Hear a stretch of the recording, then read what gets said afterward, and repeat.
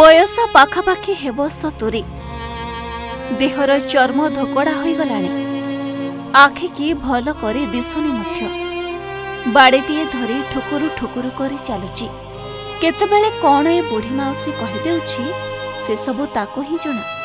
तेबे सरकार तो वृद्ध वृद्धांको पई अनेक योजना मान प्रणयन करिसेंति किए एहार दुरुपयोग करुछि तो आउचे एहार प्रकृत हकदार से एहा ठारू कोस दूर रे। तेबे वार्धक्य भत्ता तो सरकार देउछंती किंतु ए अंध बुढ़ी माउसीर एबे जाए भत्ताटीए होई पारे नाही। हाँ दर्शक बंधु, केंद्र और राज्य सरकार सामाजिक सुरक्षा एवं भिन्नक्षम सशक्तिकरण विभाग जरिया विभिन्न वर्गर हिताधिकारी भत्ता सहित अन्य सुविधा सुजोग जोगाई देबाको प्राथमिकता देउछंती। एथिपाई सरकारक पक्षरु विभिन्न योजना मान प्रणयन हेउछि किंतु योग्य हिताधिकारी ए सब सुविधारो वंचित हेउथबा अभियोग होइछि। आउ एमिति प्रशासनिक अधिकारी और स्थानीय जनप्रतिनिधि अवहेलार शिकार होइथबा वृद्धा हेउछंती अपूर्वासी।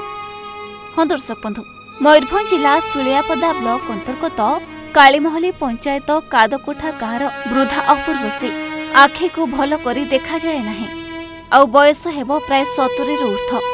तेबे भत्ताटीए पई से बारंबार आवेदन करिसेंति एने सरकारी दफ्तर को मध्य बारंबार दौड़ीछंती किंतु आज पर्यंत तांकर भत्ताटीए होई पारिला नाही।